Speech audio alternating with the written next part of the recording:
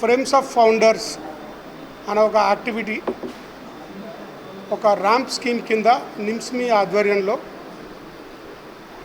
సినికా creators council సినిమాటికా expo సహకారంతో ఈ frames of founders అనే ఒక ఫౌండింగ్ ద క్రియేటర్స్ స్టోరీస్ని వెలికి తీయాలనే ఒక ఉద్దేశంతో చేపట్టినటువంటి కార్యక్రమము గవర్నమెంట్ ఆఫ్ తెలంగాణ సహకారంతో జరుగుతుంది ఇది. అండ్ స్టేట్ గవర్నమెంట్ సపోర్ట్ అనేది కంప్లీట్గా దీని వెనక ఉంది. సో స్పెషల్గా ఫ్రేమ్స్ ఆఫ్ ఫౌండర్స్ అంటే ఏంటి? ఫ్రేమ్స్ ఆఫ్ ఫౌండర్స్ అని అంటే ఫౌండింగ్ అంటే మనకు ప్రతి ఒక ఐడియా లెవెల్లో నుంచి ఒక క్రియేటర్గా, ఒక ఎంటర్‌ప్రెన్యూర్‌గా, ఒక ఇన్నోవేటర్గా చాలామంది మన లోపల నుంచి రూరల్ ఏరియాలో నుంచి గ్రామాల్లో ఉన్నటువంటి గొప్ప ఇన్నోవేటర్స్ అంటే ఒక ఐడియా లెవెల్లో నుంచి ఒక బిగ్ ఒక ప్రాజెక్ట్ని క్రియేట్ చేయగలిగే ఒక ఎంటర్‌ప్రెన్యూర్స్గా ఉన్న వాళ్ళని బయటికి తీసుకురావాలనే ఉద్దేశంతో మేజర్గా ర్యాంప్ స్కీమ్ కింద నిమ్స్మీ అనేది నిమ్స్మీ యొక్క మెయిన్ ప్రజెంటింగ్తో మీరు ముందుకు తీసుకొని వస్తున్నాము. ఈ ఐడియాలో చాలామంది సక్సెస్ స్టోరీస్ని మనము బయటికి తీసుకురావాలి అన్నది ఒక ముఖ్య ఉద్దేశం.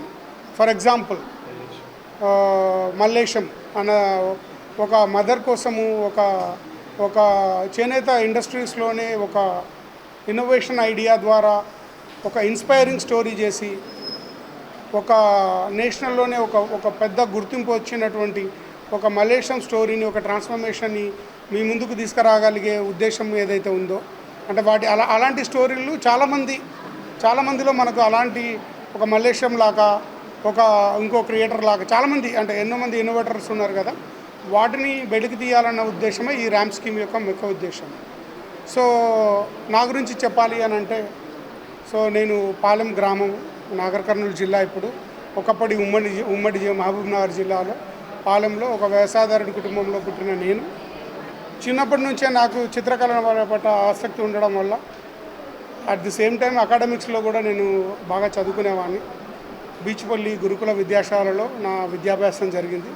తదుపరి అనంతరం నేను జేఎన్టీయూ స్కూల్ ఆఫ్ ఫైన్ ఆర్ట్స్లో photography and visual communication course చేయడం జరిగింది.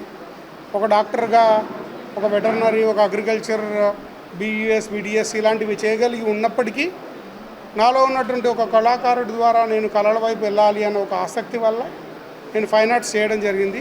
ఫైన్ ఆర్ట్స్లో నేను ఫోటోగ్రఫీ చూస్ చేసుకోవడం జరిగింది. ఫోటోగ్రఫీ ఎందుకు చూస్ చేసుకున్నా అంటే నాకు సినిమాటోగ్రఫీ పట్ల కథలు చెప్పాలన్న ఆసక్తితో చేయడం జరిగింది. గ్రహణం 2004లో నేను ఫస్ట్ సినిమా చేయడం జరిగింది యాజ్ ఎ సినిమాటోగ్రాఫర్. గ్రహణం ఫస్ట్ ఆపర్చునిటీనే జాతీయ స్థాయిలో గుర్తింపు రావడం జరిగింది. ఆ సినిమాకు ఉత్తమ దర్శకుడిగా ఒక పురస్కారం, జాతీయ అవార్డు వచ్చింది.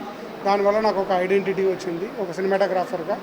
ఆ తర్వాత నేను అష్టాచెమ్మ, వినాయకుడు, అనుమానాస్పదం ఒక మంచి మెమోరీస్ ఉన్నాయి.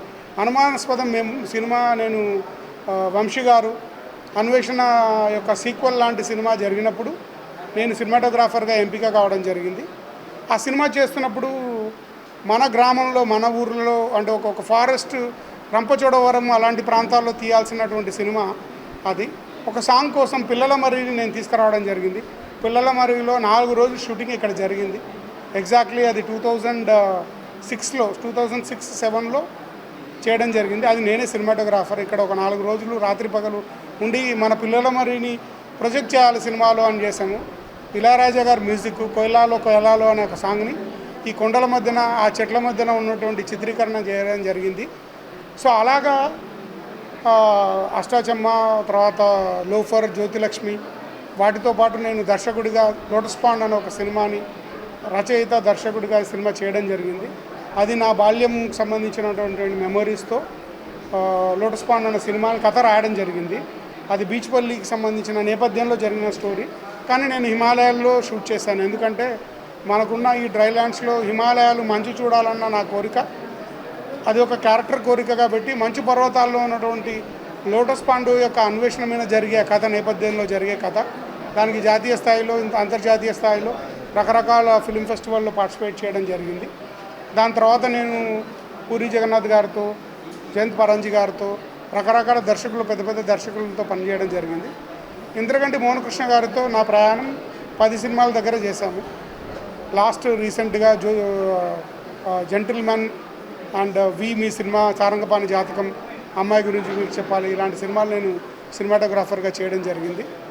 సో ఇప్పుడు గత కొన్ని సంవత్సరాలుగా సినిమా ఇండస్ట్రీ అనేది, సినిమా మేకింగ్ అనేది అందరికీ చేరాలి, ప్రతి ఒక్కరికి డిస్ట్రిక్ట్ ప్రతి గ్రామానికి చేరాలి అనే ఉద్దేశంతో సినిమాటికా ఎక్స్పో అనే ఒక ఎక్స్పోని ప్రారంభించడం జరిగింది. పంజా శ్రవణ్ నా పార్ట్నర్ ఆ సినిమాటికా ఎక్స్పోని ప్రతి ఒక్కరికి గ్రామాల నుంచి ఒక క్రియేటర్స్ వచ్చి అక్కడ టెక్నాలజీని నేర్చుకోవచ్చు, ఎలా సినిమాలు చేయాలో నేర్చుకోవచ్చు.